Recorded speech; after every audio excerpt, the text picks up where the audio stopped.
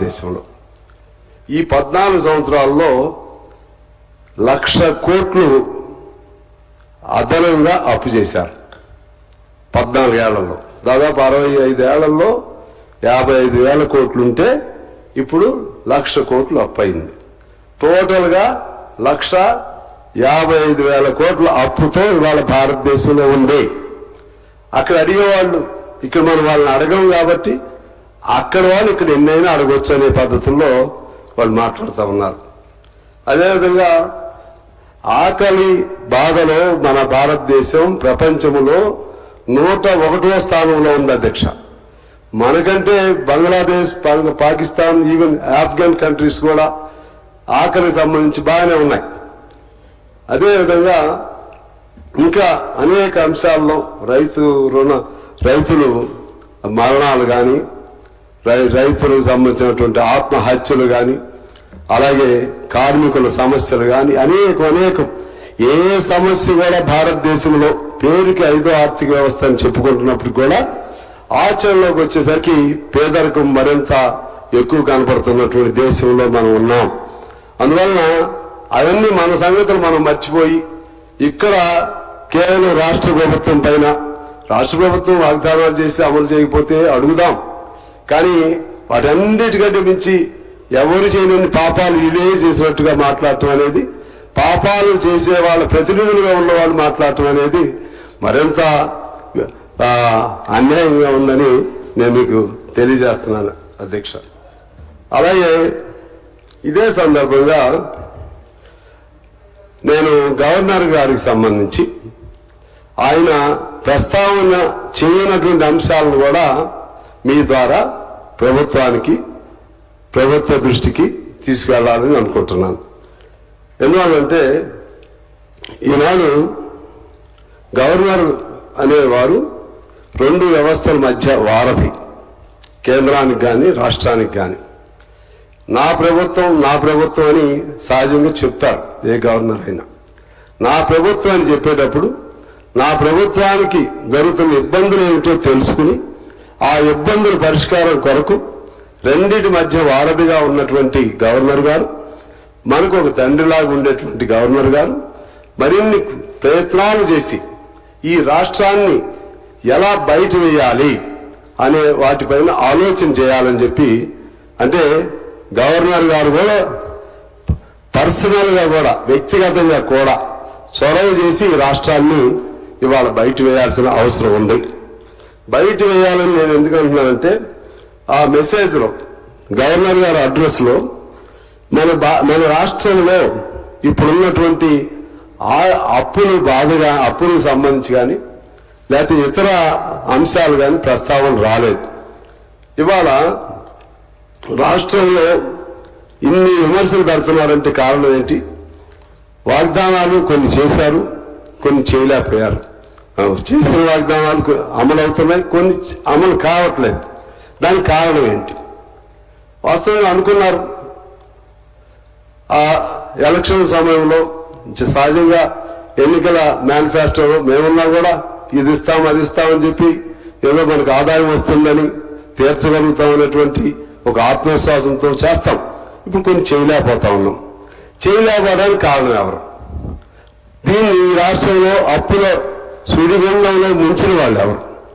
ఈ రాష్ట్రంలో ఈ అప్పుల సుడిగుండం నుంచి బయటకు రావడానికి కూడా వీలు లేని పరిస్థితుల్లో ఈ అప్పుల ఊపిలో ఈ రాష్ట్రం మరింత దిగజారిపోవడానికి కారణం ఎవరు?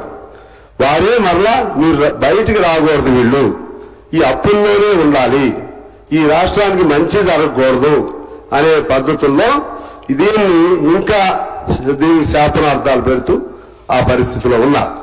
అందువల్ల గవర్నర్ గారు అసలు దీన్ని ఎలా బయటేయాలి నేను అడుగుతా ఉన్నాను. మా భట్టి గారు కూడా ఇక్కడ ఉన్నారు. నేను వారి బాధ కూడా నేను చూస్తున్నా, రాష్ట్ర ప్రభుత్వ బాధ కూడా నేను చూస్తున్నా. నా దగ్గరికి ఎంతమందో వస్తున్నారు. వాళ్ళందరూ నేను ఎంతమంది వారి దగ్గర తీసుకెళ్ళినా నవ్వుతారు, చేద్దామంటారు. ఎట్లా చేయగలుగుతారు? నాకు అది ఆశ్చర్యం. అసలు ఎలా?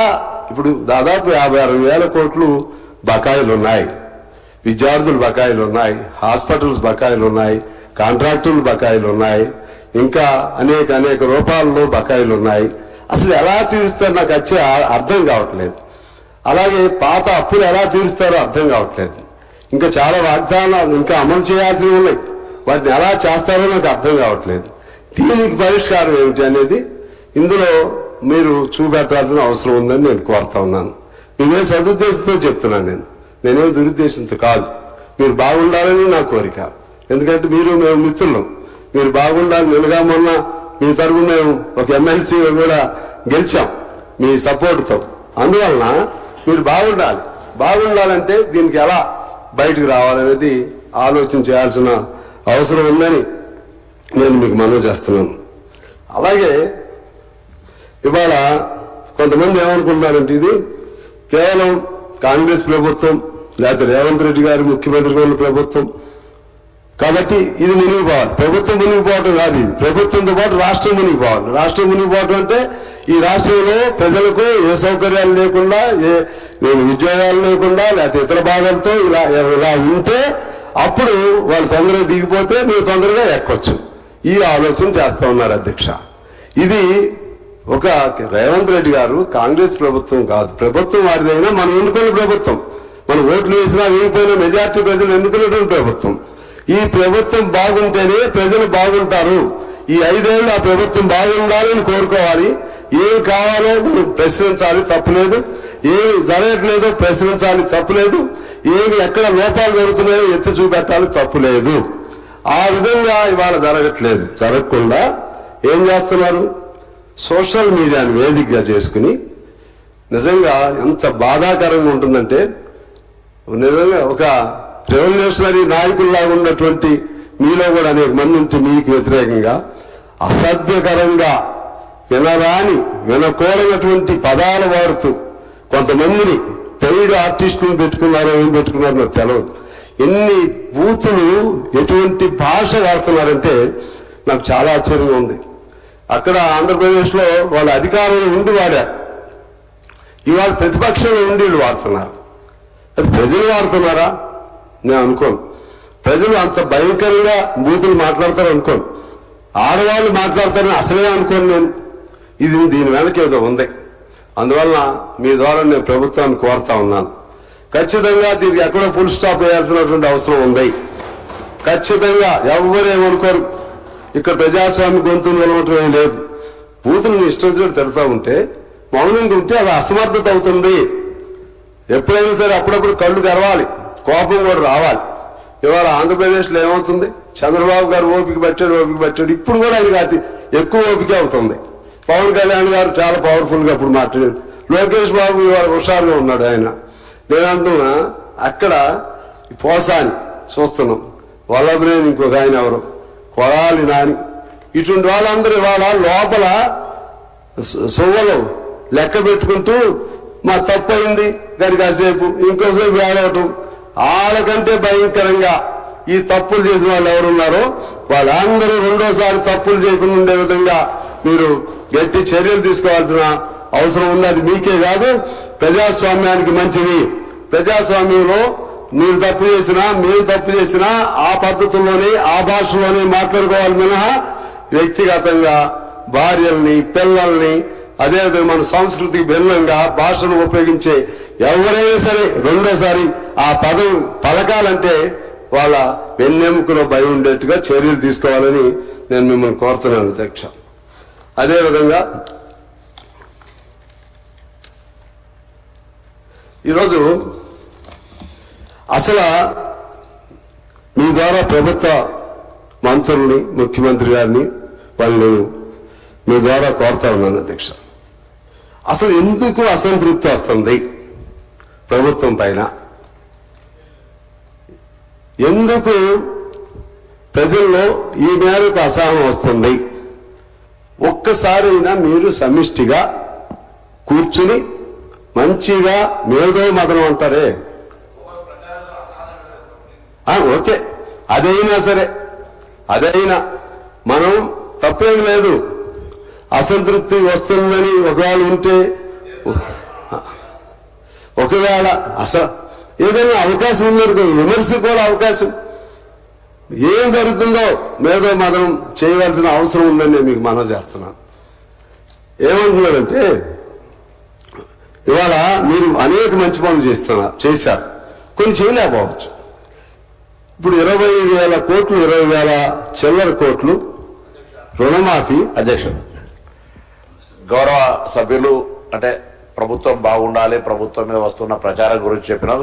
తప్పకుండా తమ దృష్టి కూడా అనేక సందర్భాల్లో తీసుకురావడం జరిగింది. ఏ విధంగా అయితే కొంత పూర్తిగా అంటే ప్రజలు వినలేని చూడలేని విధంగా సోషల్ మీడియాలో ఏ విధంగా దుష్ప్రచారం చేస్తున్నారో చూస్తాను. అందులో సభకు సంబంధించిన వ్యక్తులపై కానీ లేదా ప్రభుత్వానికి సంబంధించిన అనేక జరుగుతున్నాయి. వారి మీద మరొకసారి కఠినపరంగా వారి సభ్యులు విజ్ఞప్తి చేసిన కఠినపరంగా ఉంటూనే గౌరవ సభ్యులకి మీ ద్వారా తెలియజేస్తున్నది, ప్రభుత్వంలో ఎన్నికల్లో ఇచ్చిన వాగ్దానాలు మాక్సిమం పూర్తి చేయడం జరుగుతోంది. ఒకటో రెండో అరా ఉన్నా వాటిని అందరూ కూడా ఆర్థిక పరిస్థితి దృష్ట్యా వాటిని కూడా అధిగమించి తప్పకుండా ప్రభుత్వం అవన్నీ పూర్తి చేసిన తర్వాత ఎన్నికలకు పోతాం. కానీ ఈ సందర్భంలో ఈ యొక్క గ్లోబల్ ప్రచారం ఏదైతే జరుగుతుందో వాళ్ళు చేసే ప్రయత్నం చేస్తారు. అదే ఎజెండాగా దుబాయ్ కేంద్రం పెట్టుకొని బయట పెట్టుకొని 100 కోట్లు ఖర్చు పెట్టుకుంటూ సాక్షాత్తు కేటీఆర్ గారు అన్నారు, మేము ఒకవేళ 32 మెడికల్ కాలేజీ బదులు 32 వాట్సాప్ యూనివర్సిటీలు పెడితే బాగుండనే విధంగా వాళ్ళు చేసుకొని అదే ఎజెండాగా ప్రచారం చేస్తూ ఉన్నారు. ప్రజాస్వామ్యం మీద విశ్వాసం ఉన్న వాళ్ళందరూ దాన్ని ఖండించాలి. ఇవాళ ప్రజలు చాలా అన్ని రకాల కార్యక్రమాల కూడా రైతులకు సంబంధించిన అంశం కావచ్చు, ఉద్యోగాలకు సంబంధించి కావచ్చు, అన్ని రకాల ఒక విద్యా వ్యవస్థను ఏ విధంగా అమ్మ ఆదర్శ పాఠశాలల నుంచి మొదలు కొట్టుకుంటే నియామకాల దాకా మీరు ప్రత్యక్షంగా చూస్తూ ఉన్నారు. కాబట్టి మనం అటువంటి దుష్ప్రచారాన్ని తిప్పికొట్టడానికి ప్రజల్లో ఎక్కడ కూడా అసహనమో లేకపోతే అశాంతి ఏం లేదు. కొంత కన్ఫ్యూజన్ పబ్లిక్ వాళ్ళు రాంగ్ ప్రచారణ చేస్తున్న దానికి మనం ఎదుర్కోవడానికి మా సభ్యులు కానీ ప్రజలు కానీ అధికారులు అందరూ కూడా అందుకు సంబంధించి ముందుకోవాలని సందర్భంగా కోరుతూ నమస్కారం. అధ్యక్ష, ఇప్పుడు నేను మీ దారిలోకి రాబోతున్నా, మీరు తొందరపడి కోయిలు కూసినట్లు కూశారు. నేనేమంటున్నానంటే భారతదేశంలో ఒక్క పర్యాయమే ఒక్క దఫాగా 20,000 కోట్ల రుణమాఫీను చేసినటువంటి ఏ రాష్ట్రమైనా ఉందా? కొంతమంది మిగిలి ఉండొచ్చు, వాళ్ళని ఐడెంటిఫై చేయండి.